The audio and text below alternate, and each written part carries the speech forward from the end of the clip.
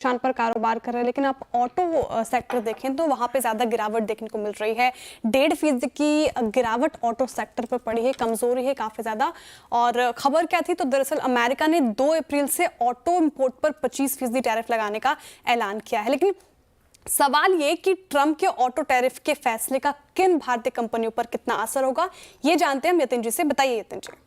तो देखिए, जो अगर यूएस मार्केट्स की बात करें तो वहाँ का बड़ा ऑटो सेक्टर अब काफ़ी बदलाव झेलने वाला है। ट्रंप के जो टैरिफ्स हैं वो ऑटो, किसी भी प्रकार के ऑटो इंपोर्ट्स पे 25% तक लगने की तैयारी अप्रैल के पहले हफ्ते में हो गई है। इसके पहले पहले अगर हम देखें तो कौन सी भारतीय कंपनियां हैं जहां एक बड़ा यूएस का एक्सपोजर आपको आता हुआ नजर पड़ रहा है। सबसे पहले बात करें तो टाटा मोटर्स, ऑब्वियसली इनकी जो सबसे बड़ी एंटिटी है जेएलआर, इसका 33% वॉल्यूम जो है वो यूएस मार्केट से आता है और कंसोलिडेटेड बेसिस पे लगभग 20% का यूएस एक्सपोजर आपको होता हुआ नजर पड़ रहा है।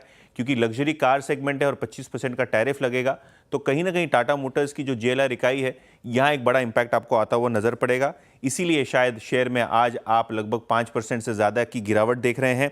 इसके अलावा संवर्धन मदरसन, अगर हम बात करें इस कंपनी की, तो मेक्सिको में एक बड़ा इन्होंने रिसेंट केपेक्स किया है। और अगर हम ग्लोबल लेवल की बात कर लें, कंसोल लेवल की बात कर लें, तो इनका 6 से 7% रेवेन्यू अभी भी यूएस मार्केट से आता है, क्योंकि यहाँ एक बहुत बड़ा ऑटो कंपोनेंट का बिजनेस कंपनी करती है। इसके अलावा आयशर मोटर्स की बात करें तो 2% के आसपास की रॉयल एनफील्ड एक्सपोर्ट्स होती हैं। कोई बड़ा एक्सपोजर नहीं है, हालांकि 2% है। एक्सपोर्ट रियलाइजेशन उनके थोड़े बेहतर हैं यूएस मार्केट्स में। अगर हम कमर्शियल व्हीकल्स की बात करें तो 2 प्लेयर्स को असर देखने को मिल सकती है। सबसे पहले भारत फॉर्ज, उसके बाद रामकृष्ण फोर्जिंग यानी आरके फोर्जिंग। ये दोनों कंपनी का एक्सपोजर आप देख लें तो 25 से 40% के बीच में है। भारत फोर्ज का स्पेसिफिक बात करें तो नॉर्थ अमेरिका का जो रेवेन्यू बेस है वो कहीं ना कहीं फोर्जिंग से भी आता है और ऑटो एंसिलरी पार्ट से भी आता है। और इनका कोई प्लांट यूएस में नहीं है, यूएस के बाहर से ये पूरा का पूरा माल एक्सपोर्ट करते हैं इस कंट्री में। और अगर हम बालकृष्ण इंडस्ट्रीज़ की बात करें तो 17% इनका टायर का रेवेन्यू यूएस मार्केट से आता है। और सोना बीएलडब्ल्यू, टेस्ला का एक बड़ा वेंडर, 43% सेल्स यूएस मार्केट से आता है और ये एक ऑटो एंसिलरी है। सो आज सबसे ज़्यादा गिरावट, लगभग 7-8% की गिरावट आपको दिखा रहा है।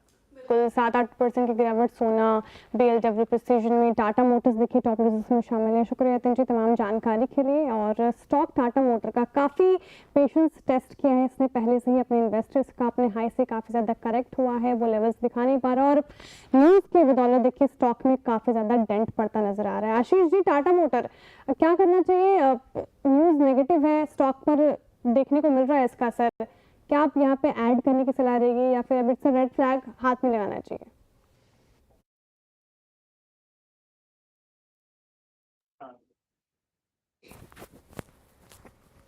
हेलो जी आशीष, आपसे पूछ रहे हैं श्रेया, टाटा मोटर्स पर आपका व्यू।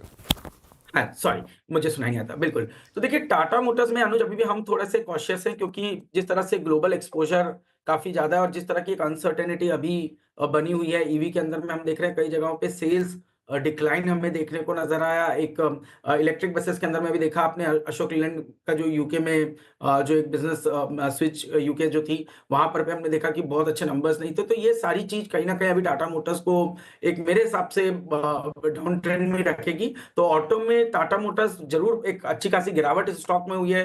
वैल्यू बाइंग के पर्सपेक्टिव पे भी लगता है कि क्या इन लेवल्स पे स्टॉक को लेना चाहिए, बट क्योंकि एक इमीडिएट ट्रिगर इसमें नहीं बने हुए हैं, तो अभी हम इसको इस समय पे अवॉइड कर रहे हैं। एक ब्रॉड रेंज मुझे लगता है 650 से 750 ये स्टॉक की लंबे समय तक बनी रहेगी।